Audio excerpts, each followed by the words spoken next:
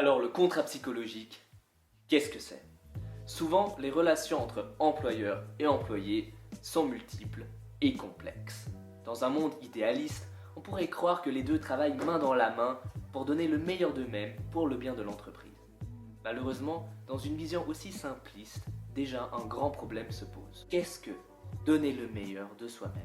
En effet, les attentes et les objectifs varient et sont aussi multiples que le nombre d'individus. C'est en ce sens qu'intervient le contrat psychologique. Il s'agit d'un contrat non écrit qui englobe les attentes et les règles des deux parties. En l'occurrence, il s'agit des obligations et des contraintes auxquelles est soumis l'employé, mais également les récompenses et la reconnaissance qu'il peut attendre en échange de ses bons et loyaux services. Historiquement, le contrat psychologique est attribué à Denis Rousseau en 1989.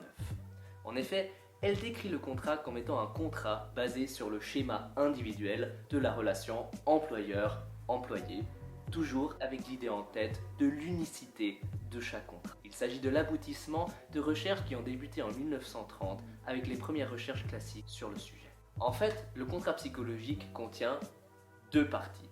L'une composée des règles transactionnelles, l'autre des règles relationnelles.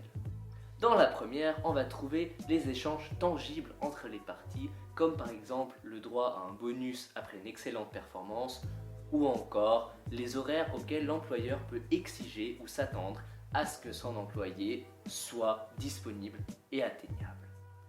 Dans la partie relationnelle, on va s'attendre à trouver des règles implicites telles que par exemple le vouvoiement ou le tutoiement. Alors qu'est-ce qui se passe si on ne respecte pas le contrat psychologique? En cas de manquement d'une ou plusieurs des règles du contrat, il y aura une expérience émotionnelle pour la partie lésée. Cela peut se traduire par de la frustration, de la colère ou une diminution de la santé psychologique, qui va se traduire par de la démotivation, par un manque d'engagement ou, dans le pire des cas, ce que nous voulons éviter, l'envie de quitter l'entreprise. Comment éviter les malentendus? Malheureusement, comme toujours, c'est plus simple à dire qu'à faire. Mais il s'agit de créer un sentiment de confiance pour favoriser la communication entre employeurs et employés, de sorte à ce qu'ils puissent communiquer ensemble et s'échanger sur leurs attentes et leurs émotions sans avoir peur de répercussions